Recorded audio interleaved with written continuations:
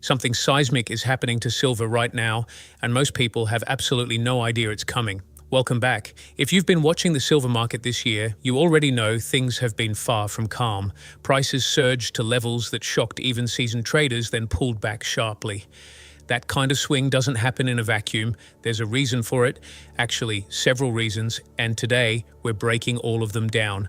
I want to show you a chart in a few minutes that will genuinely reframe the way you think about silver pricing forever. Then I'm going to walk you through what China is doing right now, rule changes that could fundamentally reshape how silver is bought, sold, and delivered around the world. And finally, we'll get into Project Vault, a brand new US government initiative that puts silver directly on the national security radar. Let's go. First, let's establish the environment we're operating in. The Global World Uncertainty Index, a composite measure economists use to gauge how rattled the world actually is, recently reached a historic peak. We're talking about a level nearly double what was recorded during the height of the 2020 global health crisis. Double. When you see that number and then look at silver's chaotic price action this year, it stops looking random. It starts looking like a logical reaction to an absolutely unhinged global backdrop. Meanwhile, gold has been on a tear. It's been holding above levels that would have been considered unthinkable just a few years ago. And year-to-date gains in both gold and silver have outperformed nearly every other major asset class. Despite pressure from paper markets, physical precious metals are quietly doing what they've always done, holding value when everything else feels like it's unraveling. Now here's where it gets really interesting. China. Silver in China has been trading at a meaningful premium compared to what you'd pay on Western exchanges. That gap alone tells you something. Demand over there is intense, but what just happened goes far deeper than a price premium. China is changing the actual rules of the game. New regulations are targeting off-exchange silver and gold trading with a level of seriousness we haven't seen before. Here's what's being enforced going forward. Leveraged paper positions, both long and short, that aren't backed by real physical metal are being banned from off-exchange markets. Physical delivery is being mandated, not optional. Fractional reserve practices in off-exchange gold and silver are now under active scrutiny. And rehypothecation, the practice of pledging the same collateral multiple times, is being explicitly prohibited. The Shanghai Futures Exchange has already suspended more than 20 groups of trading accounts in under 2 weeks for violations.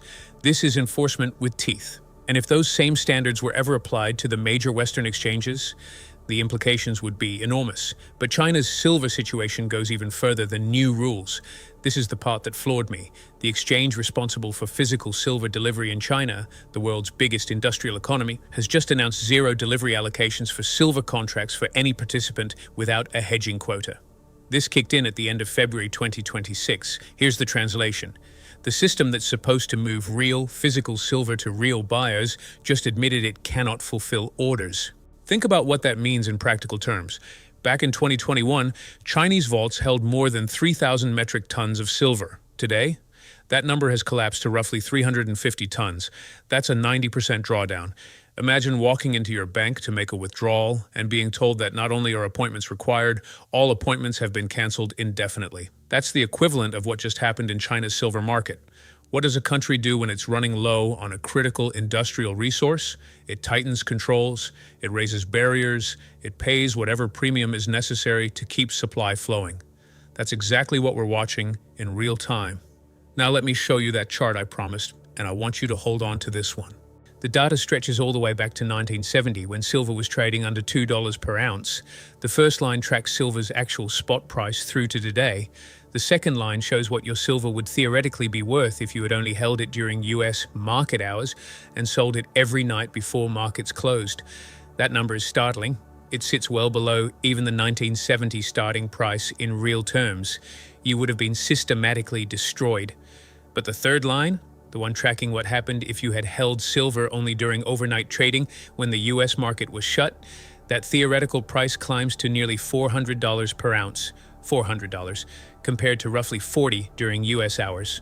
What does that tell you? It tells you that the time when American market participants can exert the most pressure on the price is also the time when the most value gets extracted from silver holders. Overnight, when Eastern markets are active and Western paper traders are asleep, silver breathes. Silver's real price lives in the hours Wall Street isn't watching. That divergence isn't accidental, and China's crackdown on paper manipulation in their own markets suggests they understand this dynamic perfectly well. Now let's talk about what's happening on the American side of the equation, because Washington just made a major move. President Trump announced the launch of Project Vault this month. The concept is straightforward. Just as the United States maintains a strategic petroleum reserve and stockpiles critical materials for national defense, the country will now build reserves of critical minerals and materials essential for American industry.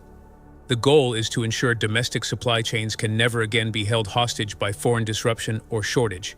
Here's the key detail for silver investors. Silver is explicitly listed on the U.S. government's Critical Minerals Registry. That means for the first time in decades, there is a real possibility that the U.S. government begins accumulating a silver stockpile. Government buying at scale, entering a market that's already experiencing supply stress from China. Think about what that demand profile looks like. Project Vault also puts a spotlight on other rare and strategic materials, particularly rare earth elements. The US currently imports 100% of certain critical inputs, with virtually all global supply concentrated in one or two countries. China's export restrictions on rare earths, announced in late 2024, turned this from a long-term concern into an immediate crisis. American industry, defense, and advanced technology all depend on these materials, and right now the supply chain is dangerously thin. The timing of Project Vault is not coincidental. It is a direct policy response to a vulnerability that has been growing for years and can no longer be ignored. So let's bring this all together. Where does silver stand right now? You have a global uncertainty environment that's historically elevated. You have China, the world's largest industrial consumer of silver, running critically low on physical supply and restricting delivery. You have new Chinese market regulations that crack down on the paper manipulation that has historically suppressed silver prices. You have overnight trading data suggesting silver's true price discovery happens far away from Western exchange hours. And now you have the US government formally designating silver as a strategic asset worth stockpiling. Every one of these forces points in the same direction. The silver market is not the same market it was even 12 months ago. The rules are changing, the players are changing, and the supply picture is tightening in ways that are not yet reflected in mainstream financial coverage. So here's the question I want you to sit with.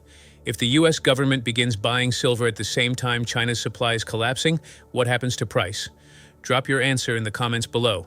I genuinely want to know what you think is coming. If this video gave you something to think about, please hit the like button. It helps more people find this kind of analysis here on Winds of Thought. We're building something real here, and your support makes all the difference. I'll see you in the next one.